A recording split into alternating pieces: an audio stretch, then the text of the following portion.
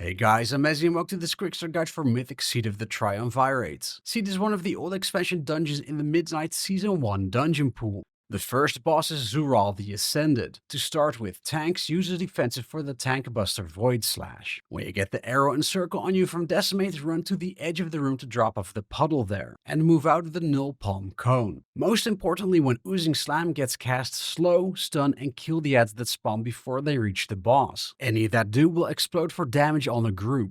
Lastly, at 100 energy, Crashing Void will pull everyone and every slime in before dealing AoE damage, so really prioritize the ads.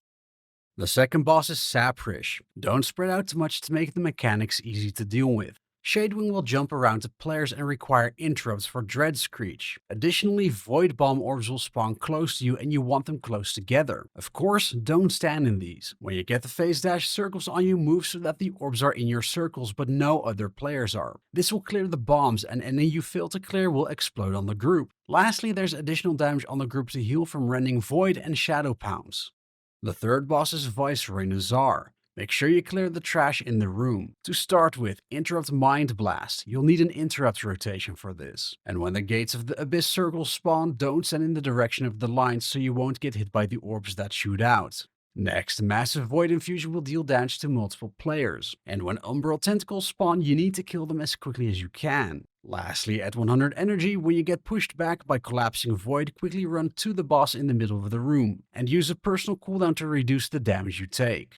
The last boss is Lura, and your biggest enemy is your camera angle to keep an eye on everything going on in the fight. Tanks, if you can, pull the boss to the middle of the room. 6 notes will spawn around the room. Dirge of Despair will cause them to start pulsing increasing AoE damage, and you'll need to silence all of the notes before the damage becomes too much. To silence the notes, aim the Discordant Beam at the notes. When they've been hit, you'll notice a white glowing animation, and you'll know not to aim the beam at these anymore. To top it off, throughout the fight, when Grim Chorus gets cast, you need to run out of the circles. However, very importantly, any active notes will become empowered. These deal a lot of AoE damage to anyone standing within 23 yards of these, so move away from the empowered notes and make sure you get them all with the next beams. Other than that, while waiting to deal with the notes, run around with the disintegrate beams to not get hit. The tank will get hit by Abyssal Lance regularly, and lastly, once you've silenced all 6 notes, the boss will go into a burn phase, causing you to deal 200% more damage to it for 20 seconds, so use heroism then.